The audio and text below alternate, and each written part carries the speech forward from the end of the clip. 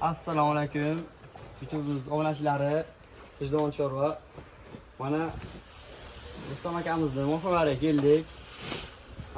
Bu kishini ovqat berish uslublari, o'qish uslublari bilan tanishib o'tamiz. Mana ko'ryapsiz, mollarning hammasi Greenford, bitta Greenford, qolganlari Goldstein, sementlar aralashgan.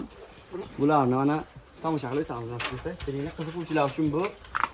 Ko'ringlar, har biri 2 tishdan, 4 tishdan bo'lgan, 2 yoshdan o'tgan. 3 yoshligi endi 3 yoshga qarab boryapti bu mollar. Mana yeyishlari ham zo'r. Mana bitta sementlar aralashgan Greenfordimiz bor. Molchamiz. Bu 2 tish bo'lgan, 2 yosh, 2 kurak. Endi tish Yo'q, buzmagan, go'sal ekan bu. Vol tish buzmagan ekan. Veslari 850-900 kilogacha boradi. Jo'yisi. Ha? 16 oy bo'libdi ana ekan. Oy bilan. Mana mollarni avval kelganlar.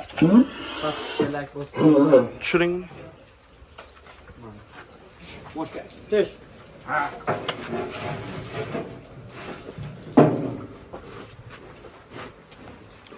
Ular juda katta jasadini ketibdi. Nasib etsa yana 5 oy 6 oy boqaman deb turgan.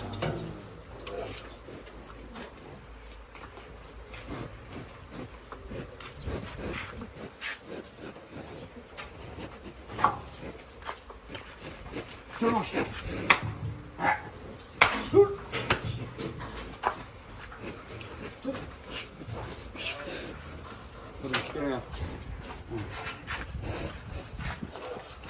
Bular 2 yoshdan bo'lgan bular.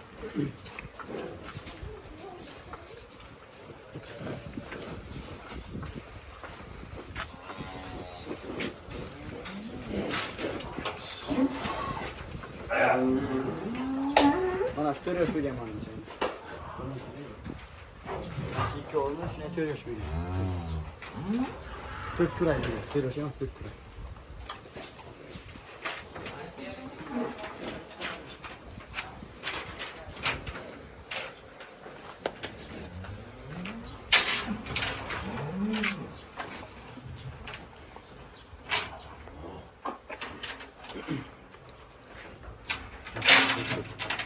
Mana Buni ko'rsat. yeyish retsepti mana shuni namozgacha ekan. Bunga qo'shilgan sho'lqa, kepak, shirot, g'o'lin. G'o'linni quritilgani. Keyin ozroq samon qo'shilgan. Mana oxirga hamma yerni taxlab qo'yilgan, yutib.